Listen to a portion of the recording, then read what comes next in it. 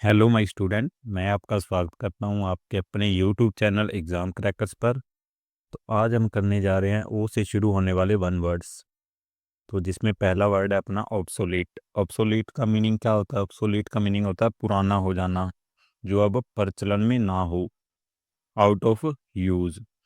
तो इसको आप याद रख सकते हैं। ये नीचे आपको दिखाया गया ना, ब्लैक एंड वाइट टीवी आते थे ये पहले, इससे आप अच्छी तरह से रिलेट कर पाओगे। इनका भी एक ज़माना था, गाँव में सिर्फ 2-3 ही हुआ करते थे ये। मेरे को अभी भी याद है कि हमारे अभी भी पड़ा है जी, बहुत ज़्यादा क्रेज़ था इनका भी। तो एग्ज़ाम्पल देख लीजिए, टाइपराइटर्स हैव बिकम ऑब्सोलेट। तो जो टाइपराइटर थे पहले, उनका जगह ले लिया कीबोर्ड्स ने, तो टाइपराइटर भी क्या हो गए हैं? ऑब्सोलेट हो गए हैं। और ये टीवी से भी आप याद रख सकते हैं। अगला वर्ड है ओमनीपोटेंट। ओमनीपोटेंट का मीनिंग होता है सर्वशक्तिमान। ओमनी का मीनिंग होता है जिसे हर बात पता हो, सर्व सर्वव्यापी हो। पोटेंट का मीनिंग होता है शक्तिशाली होना। तो ओमनीपोटेंट हो गया सर्वशक्तिमान। ऐसे वर्ड होते हैं जो ओमनीपोटेंट टाइप, ये सभी भगवान के लिए ही यूज होते हैं। One who has unlimited power. In mythology gods are considered omnipotent. तो आप इसे गॉड की पिक्चर बना के याद रख सकते हैं। ओमनीपोटेंट को आप तोड़ के भी याद रख सकते हैं। पोटेंट का मीनिंग शक्ति और ओमनी का मीनिंग सर्वव्यापी होना। तो सर्वशक्तिमान, ओमनीपोटेंट। ऑप्टिमिस्ट। ऑप्टिमिस्ट का मीनिंग होता है आशावादी हो, one who looks at the bright side of the things. तो जो अच्छी, कोई बुरी से बुरी बात हो उसमें भी कोई अच्छी साइड देख ले, जो आशा रखता हो, आशावादी हो, वो क्या कहलाता है? ऑप्टिमिस्ट कहलाता है। एग्जाम्पल देख लीजिए, an optimist always hopes for the best. तो जो बुरे समय में भी होप करे कि कुछ अच्छा ज़रूर होगा, बुरी से बुरी चीज़ को भी अच्छा में देख सके। जैसे कि कुछ लोग होते हैं ना, वो बोलते रहते हैं हमेशा जो होता है अच्छे के लिए होता है। वो कौन होते हैं? ऑप्टिमिस्ट होते हैं। आप इसे याद रख पाओगे, ऑप्टिमिस्ट जो होता है अच्छे के लिए होता है। One who looks at the bright side of things, याद रखिएगा, काफ़ी इंपॉर्टेंट वर्ड है।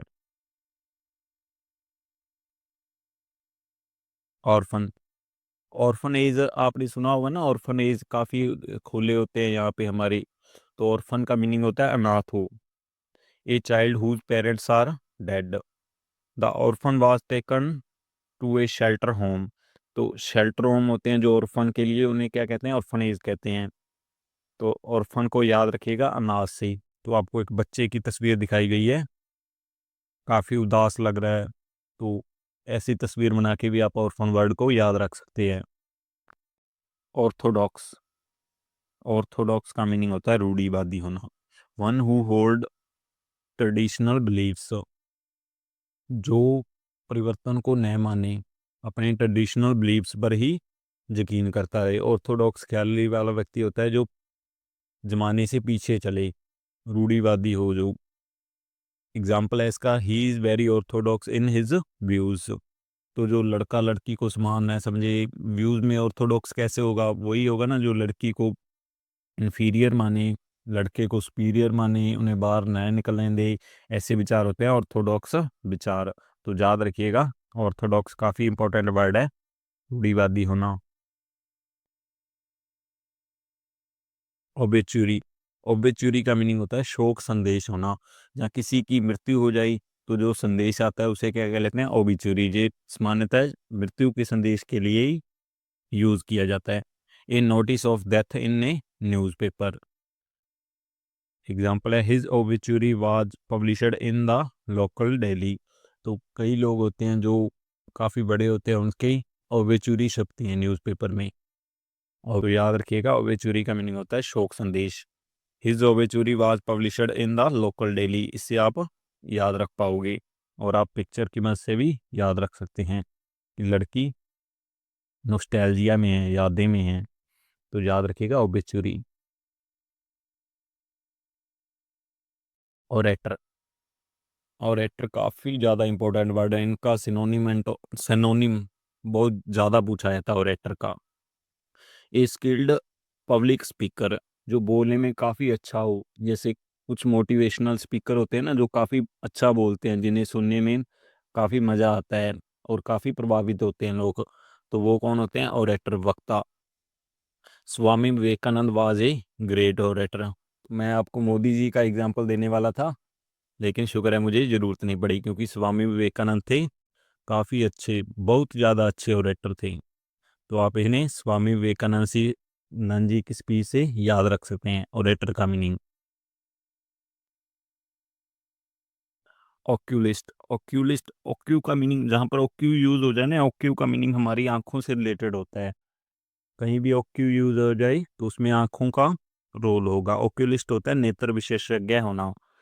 N eye specialist, the patient consulted an oculist his vision problem. तो जब हमारी आंखों में कोई दिक्कत हो तो हम किसके पास से आते हैं? ऑक्यूलिस्ट के पास जाते हैं। आपने हॉस्पिटल्स में लिखा हुआ देखा भी होगा ऑक्यूलिस्ट। काफ़ी बार आपने ध्यान नहीं दिया होगा, जहाँ ध्यान दिया भी हो सकता है। तो ऑक्यूलिस्ट को याद रखिएगा। पिक्चर बनाने की वैसे तो ज़रूरत नहीं है इसकी, क्योंकि आप हॉस्पिटल में काफ़ी बार देखते हैं। नॉर्मल वर्ड है ये ऑक्यूलिस्ट, याद रखिएगा। ऑस्ट्रासाइज, ऑस्ट्रासाइज का मीनिंग है किसी को निकाल देना, बहिष्कृत कर देना। To exclude from a group और सोसाइटी, तो किसी को ग्रुप या सोसाइटी से निकाल देना ऑस्ट्रासाइज कहलाता है। He was ostracised for his anti social behaviour, तो कुछ एंटी सोशल बिहेव किया होगा उसने, इसलिए उसे नेशन से ऑस्ट्रासाइज कर दिया। ये नीचे घोषणा की जा रही है, जहाँ ये इलीगल इमिग्रेंट होंगे जो उनके देश में आ गए होंगे, उन्हें ऑस्ट्रासाइज किया जा रहा है, देश से निकाला जा रहा है। तो ऑस्ट्रासाइज को याद रखिएगा, निकाल देने से, एक्सक्लूड कर देने से। ओपेक्यू, ओपेक्यू का मीनिंग होता है अपारदर्शी होना, जिसके आर पार देखा न जा सके, स्पष्ट न हो। स्पष्ट न होने के लिए भी यूज किया जाता है ओपेक्यू। स्पष्ट हो उसके लिए हमने वर्ड किया था एल वाले में लूसिड। लूसिड का मीनिंग होता है स्पष्ट हो, उसका एंटोनिम पूछा जाता है ओपेक्यू। ओपेक्यू का मीनिंग अपारदर्शी भी होता है। नॉट अलाउइंग लाइट टू पास और अनक्लियर होना, दोनों अलग अलग लाइन है। अनक्लियर भी मीनिंग होता है और not allowing light to pass. Example, the window glass was opaque, तो कई विंडो ग्लास होते हैं जो ओपेक्यू होते हैं, जिनके आर पर नहीं देखा जा सकता। ओपेक्यू को याद रखिएगा, सिनोनिम एंटोनिम में काफ़ी बार पूछा जाता है, लूसिड, ओपेक्यू। ओमनीबोरस, ओमनीबोरस का मीनिंग होता है, ओमनी का मीनिंग आपको बता ही दिया, ओमनी का मीनिंग होता है सर्व, सभी। और बोरस का मीनिंग आपको पहले बताया था, बोरेशियस वर्ड वाला। बोरस का मीनिंग होता है खाने वाला, जो हर चीज़ को खा ले। ओमनीबोरस सर्वाहारी, जो हर एक चीज़ को खा ले, प्लांट को भी और फ्लैश को भी। फ्लैश का मीनिंग होता है मीट होना। One who Yeats both plants and flash, तो आप ओमनीवोरस को कैसे याद रखोगे? ओमनीवोरस कुछ जीव होते हैं जो दोनों को खाते हैं, मांस को भी खाते हैं और प्लांट्स को भी खाते हैं। वुमेन्स आर जनरली ओमनीवोरस, तो आदमी क्या होते हैं? कुछ वेजिटेरियन होते हैं, कुछ नॉन वेजिटेरियन होते हैं, दोनों चीज़ें खा लेते हैं। तो आप वुमेन से आप इसे याद रख सकते हैं। तो आज की वीडियो देखने के लिए धन्यवाद। मिलते हैं अपनी नेक्स्ट वीडियो में।